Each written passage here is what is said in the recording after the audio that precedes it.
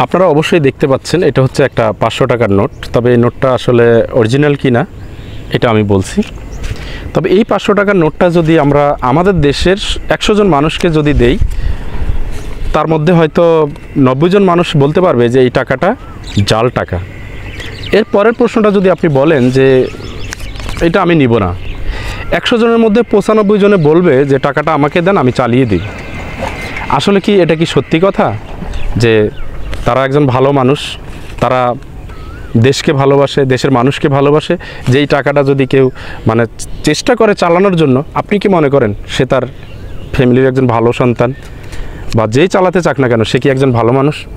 এখন হয়তো আপনাদের মানে কোশ্চেন থাকতে পারে যে এই টাকাটা আমাকে যে দিয়েছে সে কি ভালো মানুষ? অবশ্যই সে ভালো মানুষ না।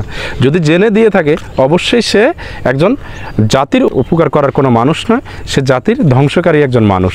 সো এই ধরনের কখনো যদি জাল টাকা পান, আপনি পেয়েছেন, আপনার 500 টাকা লস হোক, আপনি টাকাটা ছিঁড়ে ফেলবেন বা পুড়িয়ে ফেলবেন।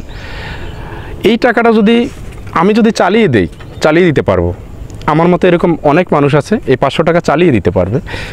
এই টাকাটা যদি আমি চালিয়ে দেই, আর এটা যদি একজন সাধারণ যদি গরিব মানুষের যদি কাছে যায়, সেই মানুষটা দিনে 500 টাকা ইনকাম করে বা 600 টাকা ইনকাম করে, তার পুরো দিনের ইনকামের টাকাটাই বিফলে চলে যাবে।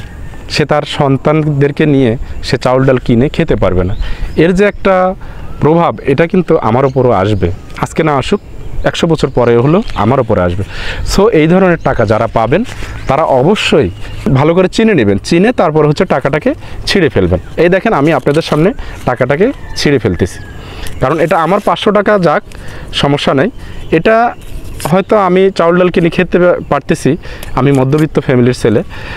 তো এটা যদি গরিব সাধারণ কোনো একজন ভ্যানওয়ালার কাছে যায়, একজন অটো রিক্সাওয়ালার কাছে যায়, সেই ভাইয়ের খুব কষ্ট হবে। তাই আপনারা কখনোই জাল টাকা চালানোর চেষ্টা করবেন না, আপনাদের কাছে আমার অনুরোধ।